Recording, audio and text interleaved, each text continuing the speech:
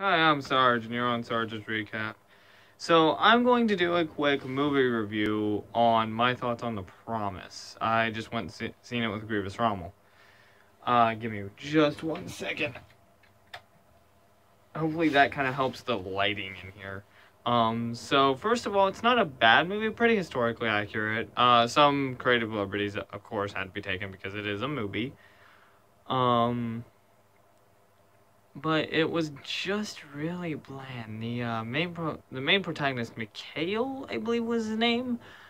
He was really two-dimensional in my opinion, and I couldn't tell whether he was, for or against certain things. He was very much against the war, but it seemed like. Now, I like what they did in the first scene where he grabs a rifle towards the end of the movie. There are going to be some spoilers in this, in case you don't want to hear. So just please bear that in mind, and before I go any further, if you want to go into The Promise blind, this is your chance to leave. They're gone? Okay. So as I was saying, there's just the first scene where he somehow undoes the bolt and takes it out of the rifle. In most bolt action rifles, you could do that, and so it led us to believe that he's never really handled a weapon before, which I liked.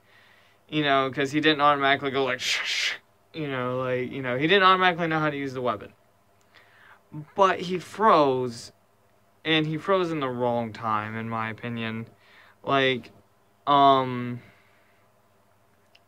I honestly can't tell you why he froze. I've never been in battlefield, in a real battlefield. I've never been in the military. I've never pointed a gun at some random stranger and decided to kill them. I don't know what that is like. I do know, however, if somebody ever, God forbid, completely God forbid, ever hurt any of my loved ones, such as Kitten. Yeah, no, that would not be good. That would not end well for them. Because, me personally, you can't, like they always say, you can't tell when you get there, but until you get put in that scenario, but I don't think I would freeze if I saw my entire town completely slaughtered. Towards the end of the movie, it gets pretty okay.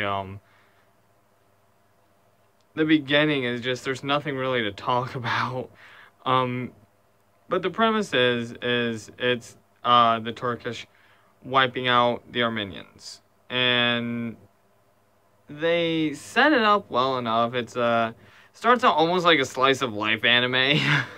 I hate saying it like that because it's a genocide movie, but it starts off easy enough. So Mikhail gets a dowry from this girl who I cannot remember her name, and I just got back from watching the movie. So that's a problem. But, he gets a dowry about 400 gold coins, and he uses that to go to medical school to become a doctor. Okay, easy enough. Easy premise. Nice, easy premise.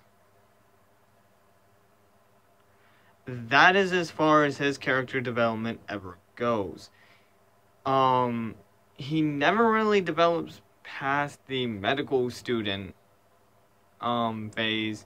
He never really develops a he's not really relatable. He's two-dimensional completely. He is very, very, very he sounds unappreciative. It was almost like a phoned-in performance from the actor. And you know what? Before I go any further, I'm going to say that for what it is, I like the movie. It's not my favorite, but it's not terrible. It's very, very passable for a movie. Just I wouldn't say it's necessarily a couples flick, because especially I didn't take Kent to see it because she'd be bored. That's just it. She'd be bored. She's not a history buff, so this does not interest her. And even if it did, I still wouldn't take her to see it just because, I mean, it's a boring movie.